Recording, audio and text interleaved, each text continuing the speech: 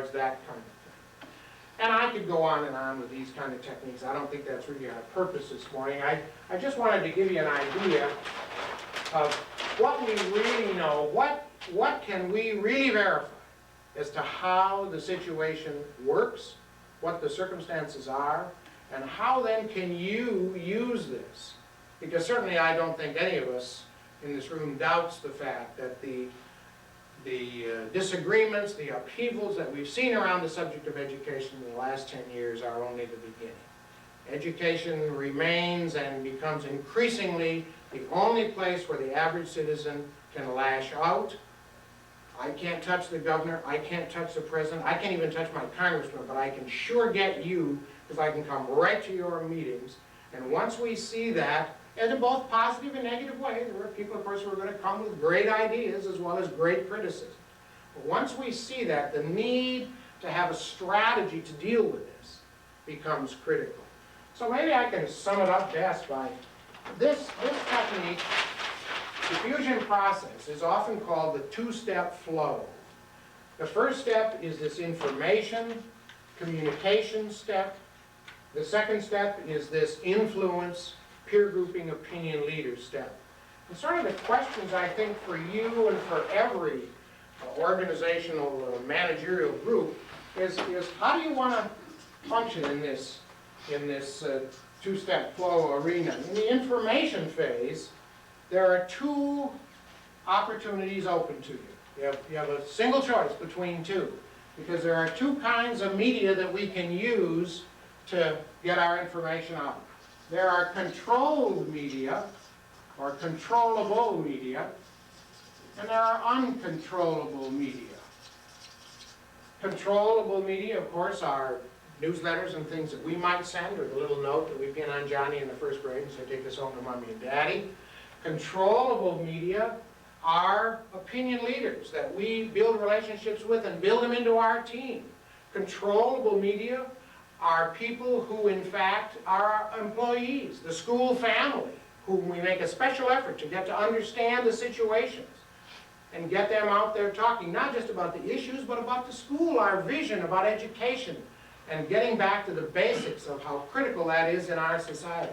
Those are controllable media. We can choose to use them, or we can leave ourselves at the mercy of the uncontrollable media, which will be the critics, usually is expressed through some kind of news medium. And that's what Dick is going to concentrate on today, is this piece of the equation. In the second step, in the influence step of the two-step flow, again, you have two choices. You can choose to leave it to chance and just pray and hope that everything is going to work out there. Or we can actively work to send out ambassadors who will, in fact, at the cocktail party and the church supper, be out there talking about what the schools really are trying to do, what our real mission is. And from everything we know,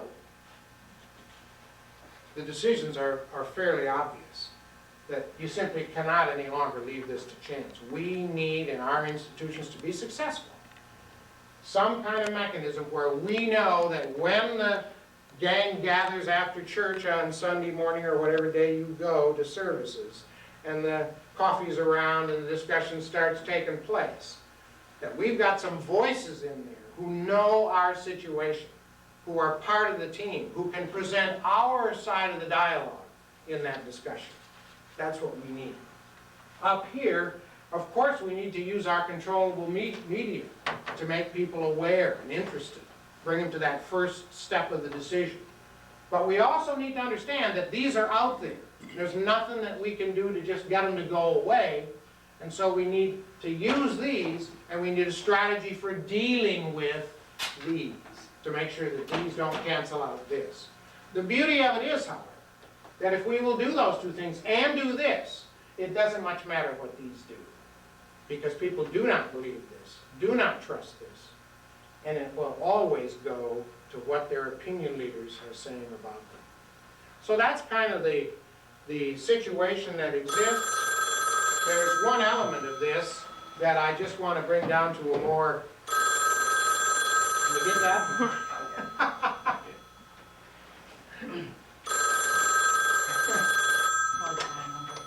A little private, probably. Yep. This is not a red phone. Yeah, that's right, that's right. You would have to come Monday through Friday. Yeah, I should have known. Mhm. Let me just talk about one thing On of a close practical line, nature in once applying this to Nice, you. the little harbor school. We have been using, with school district after school district, the technique of having the board and the administration go through the process of designing a very specific, designing and agreeing to and discussing a very specific spokesperson policy as a means of achieving the one clear voice that you need to speak to the community with. And I just want to talk a little bit about that because some of what Dick's doing will depend on your approach to a spokesperson policy. In the old days, it usually was that the chairman of the board and maybe the superintendent would always speak for the schools. But in a contentious society, we come to realize the intense limitations of that. Because that essentially sticks these two people up there as targets. And when they're the target on about the third issue, what they say, it can no longer be heard. People just can't hear it. Furthermore, today they are both seen as tools of, the system, and I don't need to tell you after the recent elections how people feel about the system and those people who are part of the system. And so various boards make various decisions, and I don't know what decision you might make if you were to come to this, but I just want to share the idea with you. That many boards are now realizing that the problem goes like this. If the board is in a debate, as indeed it should be, what good is a board if it's groupthink? So if the board is in a debate, and outside forces, particularly these forces, whose agenda, remember, isn't your agenda. They don't care if the schools are good or bad. They just want to sell papers and airtime because that's their business, and that's fine. That's the way the system works. No criticism, it's just the fact.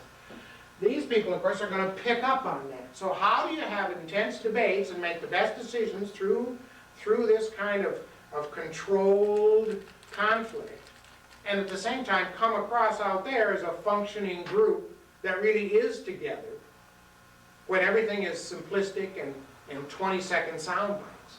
Well, one of the tools that has worked on this is to have a spokesperson policy that assigns various topics to various members of the board or various members of the administration. So if someone calls, or if the media come around, or a parent calls or whatever, and they have a real situation around curriculum, Susie handles curriculum. And so everybody says, call Susie, we divide our assignments in the administration of the board, and that's Susie's job. Others may be finance. Others may be, who knows, school law, attendance, whatever the subjects are that are apt to come up. By doing this, and there are a number of wrinkles on this, but by having a situation where the board begins to speak as indeed what it is, a collection of individuals working with an administration, pretty soon the public understands this basic factor, and they stop looking for this monolithic thinking, which of course as soon as they see it they'll criticize anyway. But it's probably the most difficult question it is. How do you come across to the public? And we've found that by working through a spokesperson policy, whatever your decision is, that you get a cohesion on a board that gives you a lot better chance of explaining out there what you're really about, and yet allowing you to do what you ought to do, which is to argue and disagree. Because you can't come to good decisions, obviously, without doing that. So one of the things that will sort of fit into what Dick is talking about, I think, is that we go on the hole in the boat theory for organizations, particularly for schools. And that is simply like this. It does, we spend so much time often inside the system fighting about who's responsible, or who did this, or who did that.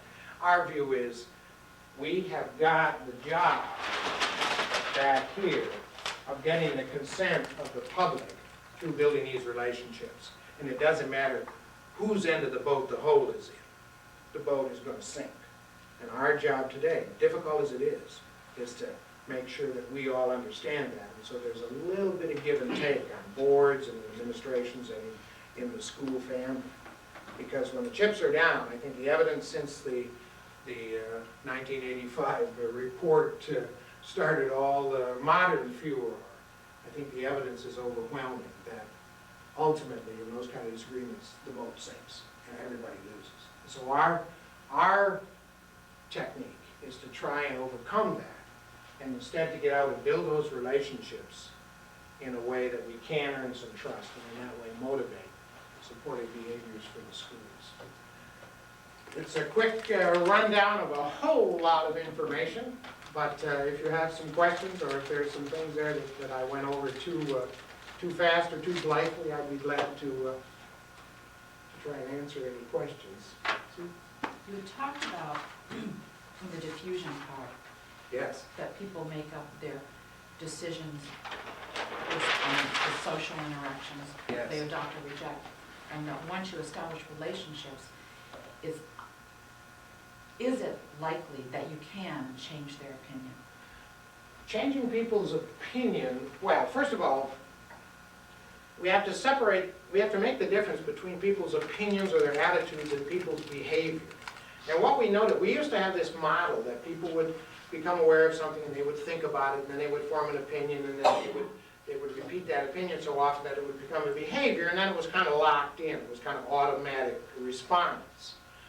Now, and that therefore their behavior would follow that attitude. But since the post-war work by the behaviorist psychologists, Skinner and White and those people, Homans, we now know that the link between attitude and behavior, unfortunately or fortunately as you view it, is not very strong at all. We like to think I behave this way because that's my attitude. Not true at all. People behave situationally. What's the situation at the moment? And so therefore, obviously, nothing works 100% of the time, but because situational behavior is the key, and because the #1 social influencer in our society is what we call social rewards and punishments. I want to do things that are socially rewarding. I want to avoid things that are socially punishing. In other words, I want to go along. I want to be part of the group. This does, in fact, have a real ability, if not to change people's thinking, to change the way they express that thinking in their behaviors of the moment. Now, the interesting thing about the behaviorist psychologists is that they tell us that our attitudes today are largely formed to rationalize our behaviors. That I do something because something in my system I feel is right. And then, in order to rationalize that with my thought processes, I concoct the data that I need to follow that behavior. The other thing about this is that the way I've explained it sounds kind of negative, but you have to remember that for most of us on most subjects, we don't ever really make a decision. We merely give passive consent. Well, you're doing it that way, it doesn't really tear me up that you're doing it that way, so I'll go along with it. Until I see, that everything is falling apart, I'm not going to get bothered. Look how hard it is to get Americans to give a damn about some of the most difficult subjects. It's because they're busy, have other things on their mind, and they give passive consent to making it happen. Well, if you think about that, now this becomes even more powerful, because this is sort of what the group has decided. One of the reasons that change takes place very slowly in a society like ours, or in any society, is because it takes real guts or real psychological difficulties in order to step up and say we're doing it wrong. And if you analyze how change occurs in our society, sometimes it's gutsy people who really believe something, and they just in the core of their being, they stand up and say, no, we shouldn't do that. And oftentimes it's people who really are sort of working out their psyche on their own psychological problems on society who come up with these new ideas.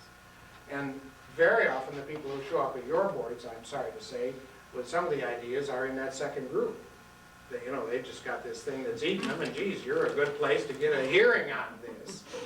And so you see, the first group we can really work with through building relationships. The second group, we can at least hope to show that, hey, we hear you. We share this goal of better schools. It's just that we have a difference in how we ought to get there. So the evidence is pretty strong. You'll never get everybody. But yeah, it really will make a difference in how people respond. Well, thanks for listening. Dick? Sure. if people want to take I was gonna say, a it would be in order. quick to take 5-minute the break and just freshen up coffee and that kind of thing? We'll jump right into this. Charles, right back, okay. By way of introduction again, I'll just go back quickly and tell you where I'm coming from on the whole subject of media and media relations. I've been dealing with controversial issues for most of my public relations career, and most of that had to do with reacting to the media. My focus has shifted, however, over that 13, 14-year period from being overly concerned about what the media said and did and cared about to more of a control situation, even though they're not controllable, to coming up with a process that allows me and the folks I work with to get messages through, similar to a spokesperson's policy, but to get through the clutter and make the process manageable. I speak from the other point of view too, in that my wife and I, are part owners of a daily newspaper in this country, and we have a real interest in the success of that publication. And I can tell you that what Pat was saying earlier about being based on ad revenues and sales of newspapers themselves, but primarily the ads, is what that business is all about. In order to get advertising into a newspaper, you have to be seen as popular. That means you've got to be entertaining the folks with information you're providing in a way that makes them want to buy that paper. And it's a numbers game. If you sell X number of papers, that means you can charge this much more for your ads. If your sales go down, you don't get as much for your ads, and the advertising dollars go elsewhere. And we can debate the whole value of advertising in that venue anyway. That's Pat said, you may be after 1 or 2% of the population, so in that sense, fine. But if you're really trying to get at behaviors and change behaviors, that's not the way you want to do it. The impact of the media is something we'll get at today, and that's one of the myths I want to talk about with you today, and that's where we'll start. The way I look at the word media, and all these definitions you can apply to this, but you've got the formal definition of the newspapers and the television and the radio, obviously. But the way I look at media is basically any person, these are people that are involved here, any person who is gathering information with the idea of transferring it somewhere else. And if you think about that definition a little bit, any person who's gathering information with the idea of transferring it somewhere else, not factoring in their motivation in this case, it can apply to any individual, anybody that contacts you on the street or comes to your office formally and wants an interview or a meeting with you. We get that. So media can be any person that you encounter. And if you think about what we say here today from that venue, I think you'll come away feeling that the one-on-one discussions you have with people are more important than the one-on-ones you have with any reporter. And that's an important perspective to put in mind. The media, from the formal sense of things, tend to always rely on the one-way communications effort. That is, the newspaper, the television broadcast, or the radio broadcast. The news angle is one way. And coming back to the model, the diffusion process, that tells you right away, you can only be dealing with the awareness and the information transfer phase, and or down here in the reinforcement phase. So basically, the formal media can only be an information transfer vehicle. But when you move over to the informal media, the people you meet on the street who are seeking information and wanting to do something, you can start to impact behavior. Study after study after study shows that media coverage of almost any story you can imagine doesn't really affect behavior. It may set the agenda, it does set the agenda, it gets people talking about it, and that's why we have to be concerned about the media at all. And that is, we go out there and say, what are the media setting out for agendas for the people who happen to see it, and causing discussion, therefore, in the community. And we know that discussion can lead to behavior, but it's not the media article itself that's going to do all of that. So squarely pegging that back to the diffusion process, we know the media can only be in the information transfer or reinforcement phase. If somebody's already made up their mind, then when they read that article or that editorial, then that reinforces that they've made the right decision. And whether it's right or wrong doesn't make any difference. That's a reinforcement in that phase. So there are many myths that have grown up around the media in this country, and most of them are of little or no value. One of the myths, obviously, is that getting your story in the newspaper is going to make all the difference in your program. So if you've got an issue or a new program, a policy or whatever, and you get that story, get some reporter to come and give you coverage, and you get that in the paper, means success. We tend in this society to leap to the conclusion that we succeeded. You know, I've got the article about the new policy in the newspaper. We don't have to do anything about it. What Pat said to you this morning, I think you can see that is a myth. We have got to get out to opinion leaders in our society and our community in order to truly affect the behavior we want to have occur. And we cannot rely only on this. In fact, I've said to many an organization, if all you're doing is sending out press releases and responding to the media, I can almost guarantee you that you're not going to succeed in your effort, whatever it is. That's one way of doing it. It's going to get a certain percentage of the population. But if your business is numbers and you're really trying to reach a number of people, forget that as your primary resource. That points out another major problem in my mind, and that's where did most organizations spend their time in trying to reach people?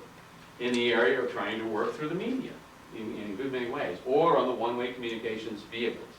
We need to refocus that effort, balance it against our resources, and really start to work on the opinion leader activity that really can cause and make the difference that we need.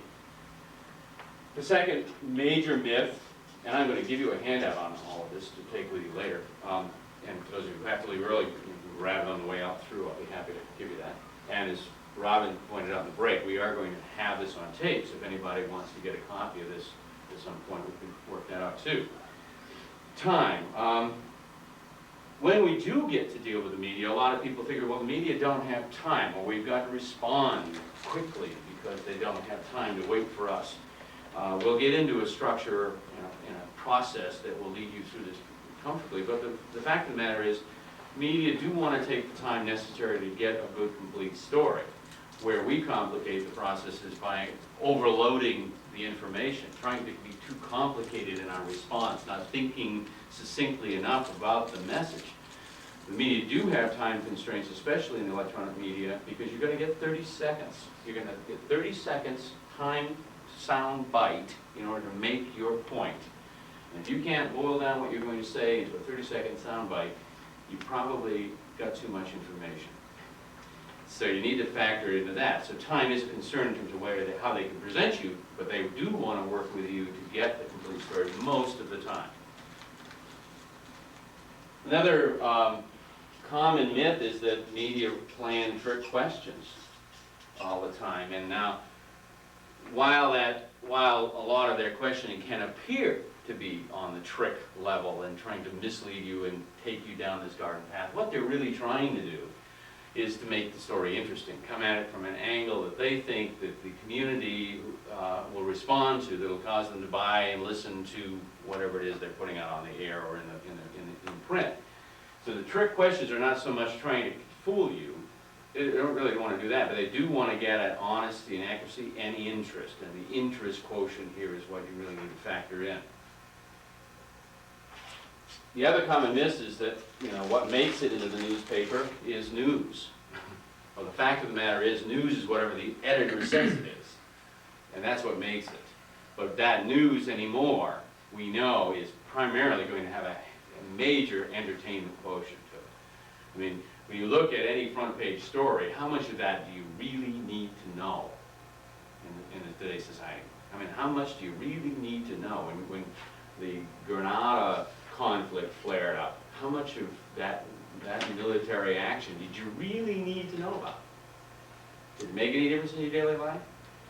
When the Exxon Valdez issue broke, it was on the front page of almost every major newspaper, on a lead story on all the electronic media night after night after night until we were all sick of it. And everybody seemed to think that this was major and very important news to us. Was that news? And groups I travel around and talk to, I say, how many of you can even tell me the name of the captain now? Jim Hazelton. Right. And that's about the percentage I get. That's about the percentage I get. Not only is it, But Brad's got stock in it, so. but the fact of the matter is that Hazelton is now out there, in fact, teaching courses on captaining safety, isn't it true? I think he's got some job that's very, the antithesis of what he did in any case. But what's considered to be news and hot often isn't even top of mind. The New York Times has surveys that a huge percentage of the folks they survey the day after a newspaper article can't remember the headlines on the front page of the New York Times. The Time magazine said a very minute percentage of their readership read their magazine cover to cover once in a year. You know, we're picking up stuff, and most of it has very little need-to-know value in this world, and that is construed as news in many ways. Another major myth, as Pat has already alluded to, is that facts are enough. Facts of the matter, facts don't matter, you know, it seems. In the real world, what people are going by are perceptions and their opinion, and factoring that in, regardless of what the facts may be. And what we need to be doing is getting out there and dealing with the true opinion leaders, getting the news, the real facts fed through the opinion leaders in our society in order to affect this.